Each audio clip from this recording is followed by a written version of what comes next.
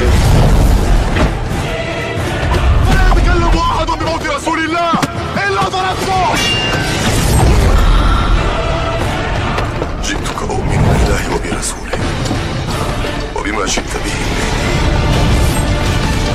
فقد أعذرت إليكم وأعذرتموني.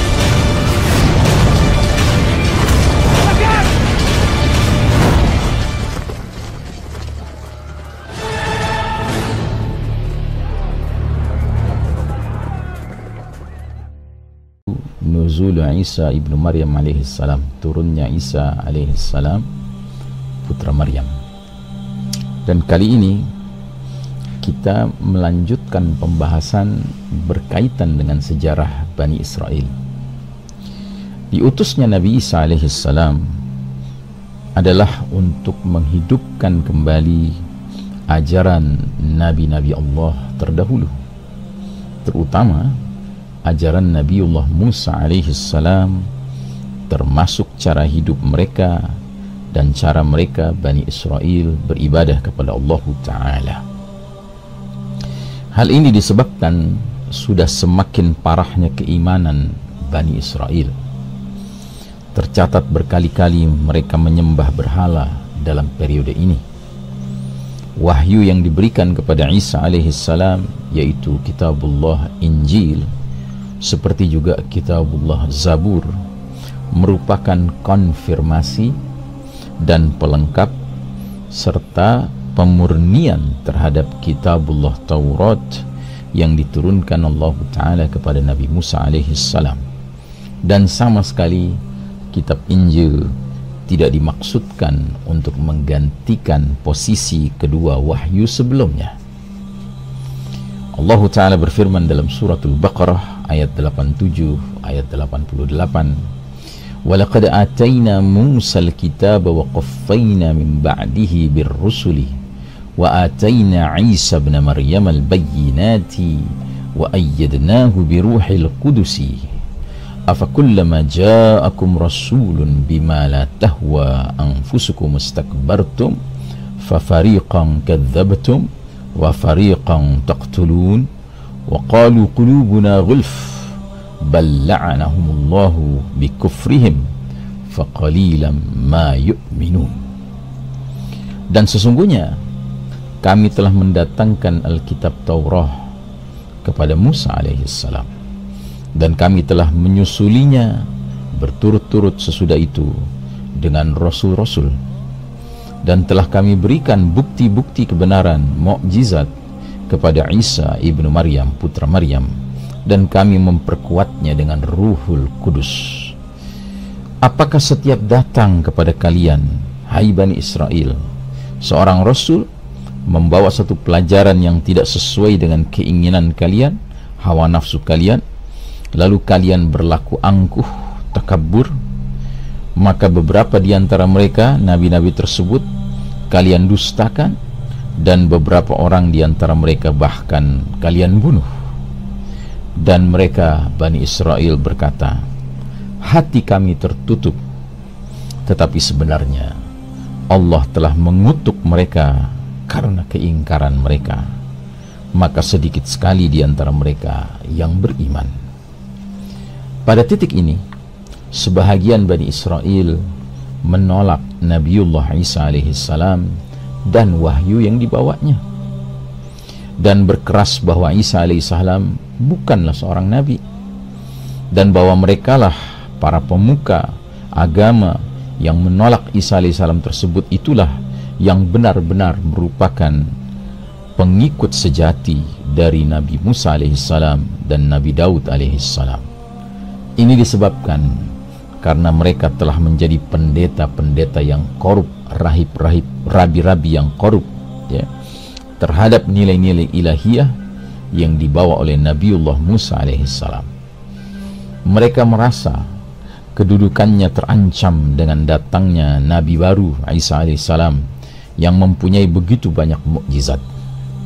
Kelompok yang menerima Musa dan Daud alaihi salam sementara menolak Isa alaihi salam di kemudian hari dikenal sebagai kelompok Yahudi.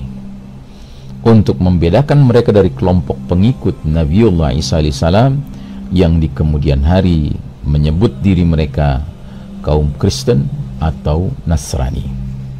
Allah Ta'ala berfirman, Ya ayyuhalladzina amanu kunu ansarallahi kama qala Isa ibn Maryam lil hawariyina man ansari ilallah.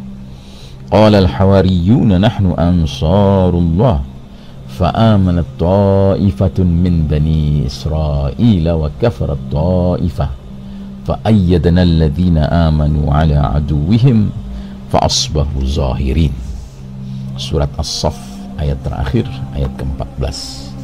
Hai orang-orang yang beriman, jadilah kalian Ansarullah, penolong-penolong agama Allah, sebagaimana Isa putra Maryam telah berkata kepada para pengikutnya yang setia, siapakah yang akan menjadi Ansarullah, Ansari, penolong-penolongku untuk menegakkan agama Allah? Para pengikut setianya berkata, Nahnu Ansarullah, kami inilah penolong-penolong agama Allah. Lalu segolongan dari Bani Israel beriman dan segolongan yang lain kafir.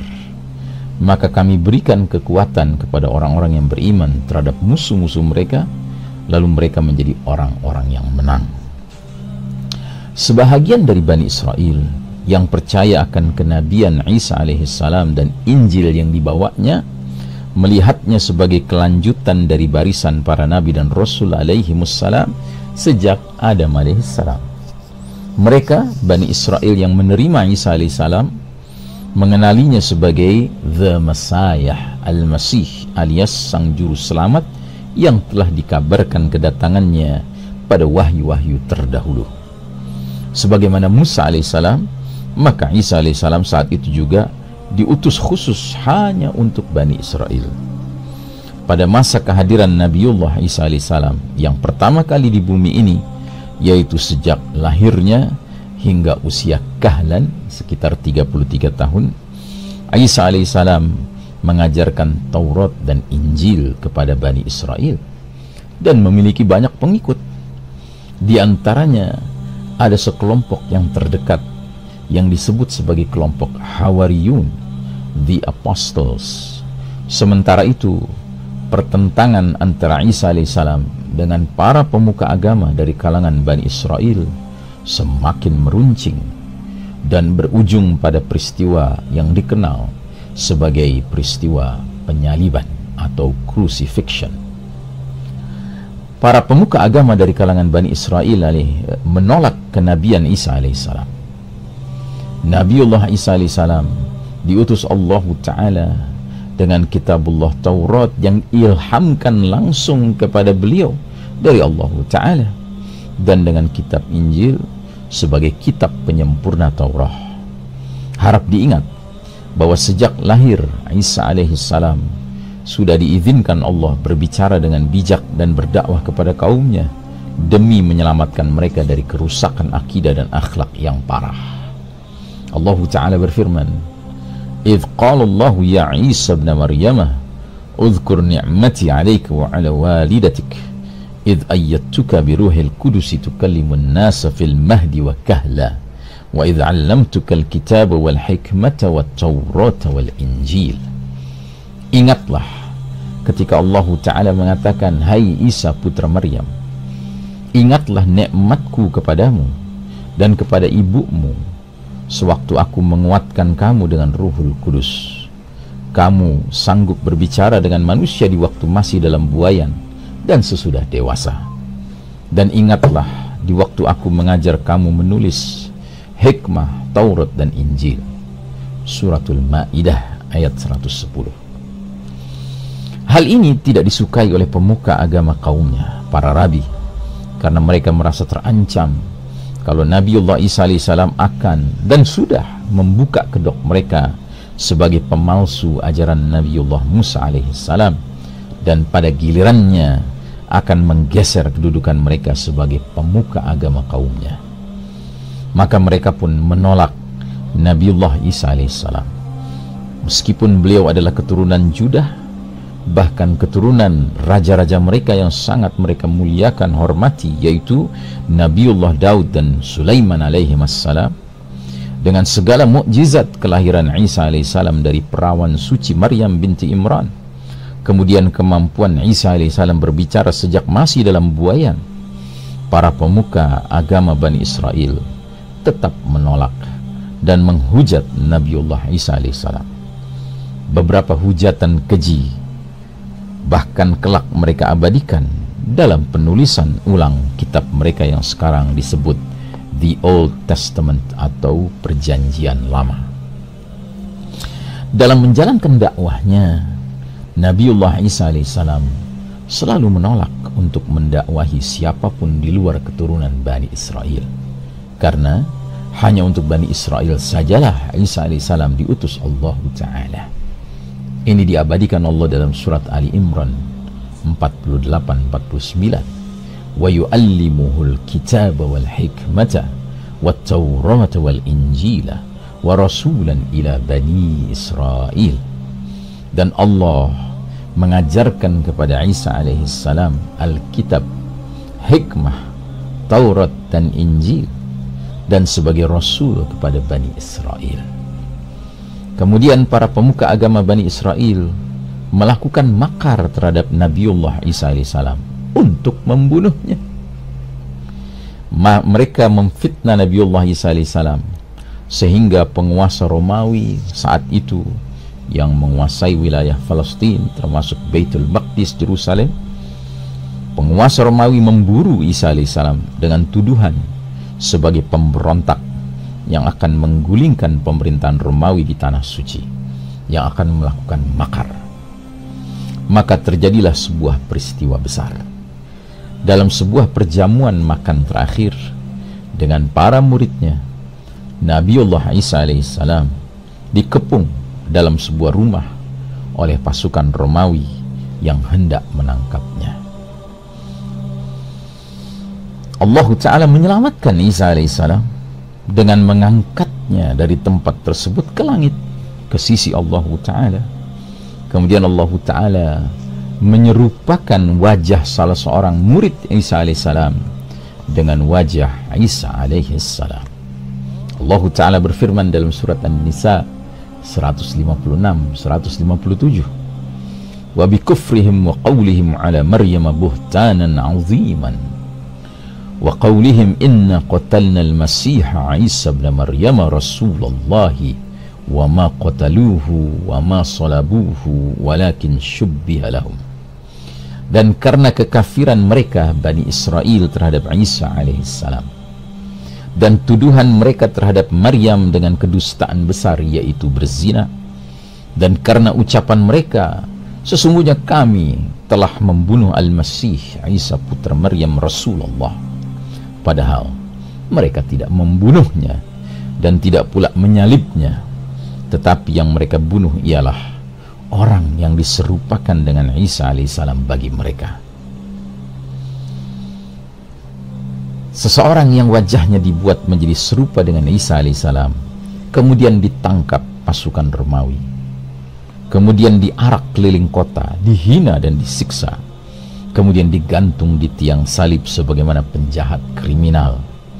Orang ini kemudian wafat dan jasadnya diserahkan kepada keluarga Nabiullah Isa alaihissalam untuk dimakamkan. Bani Israel mengira telah sukses membunuh Nabiullah Isa alaihissalam. Demikian pula para pengikut Isa alaihissalam menyangka bahwa Isa alaihissalam telah berhasil dibunuh oleh musuh-musuhnya. Meskipun demikian, mereka semua tetap dalam keraguan, kesangsian tentang apa sebenarnya yang terjadi dan siapa yang sebenarnya dibunuh. Allah Ta'ala berfirman dalam surat An-Nisa ayat 157, wa innal ladzina ikhtalafu fihi lafi syakkin minhu ma lahum bihi min ilmin illa ittiba'adh dhanni wa ma qataluhu yaqina. Dan sesungguhnya orang-orang yang berselisih paham tentang pembunuhan Isa alaihissalam benar-benar dalam keraguan-raguan tentang yang dibunuh itu. Mereka tidak punya keyakinan tentang siapa yang dibunuh itu, kecuali mengikuti persangkaan belaka, mengikuti asumsi belaka. Mereka tidak pula yakin bahwa yang mereka bunuh itu adalah Isa alaihissalam. Saudaraku rahimakumullah, demikian peristiwa penting yang perlu kita pahami, yang karena peristiwa ini hari ini tersebar suatu hoax global dan sudah berlangsung secara lama sekali, secara panjang, secara berabad-abad, yaitu soal disalibnya sosok yang serupa dengan Isa alaihissalam padahal bukan Isa alaihissalam. Dan kita kaum muslimin berkeyakinan kuat sebagaimana firman Allah Ta'ala dalam ayat-ayat yang kita bacakan tadi, bahwa sesungguhnya ma qataluhu wa ma salabuhu walakin syubbiha lahu. Mereka sekali-kali tidak membunuh, tidak menyalib Isa alaihissalam, tapi yang dibunuh dan disalib adalah seseorang yang diserupakan wajahnya dengan Isa alaihissalam. Adapun Isa alaihissalamnya barrafa'allahu ilaih, akan sesungguhnya Allah sudah mengangkat Isa alaihissalam ke sisinya, ditahan untuk suatu ketika di akhir zaman akan diturunkan menjalankan tugas-tugas mulia. Sampai jumpa. Sallallahu ala nabiyyina Muhammadin wa ala alihi wa sahbihi wasallim tasliman. Walhamdulillah rabbil alamin. Wassalamualaikum warahmatullahi wabarakatuh.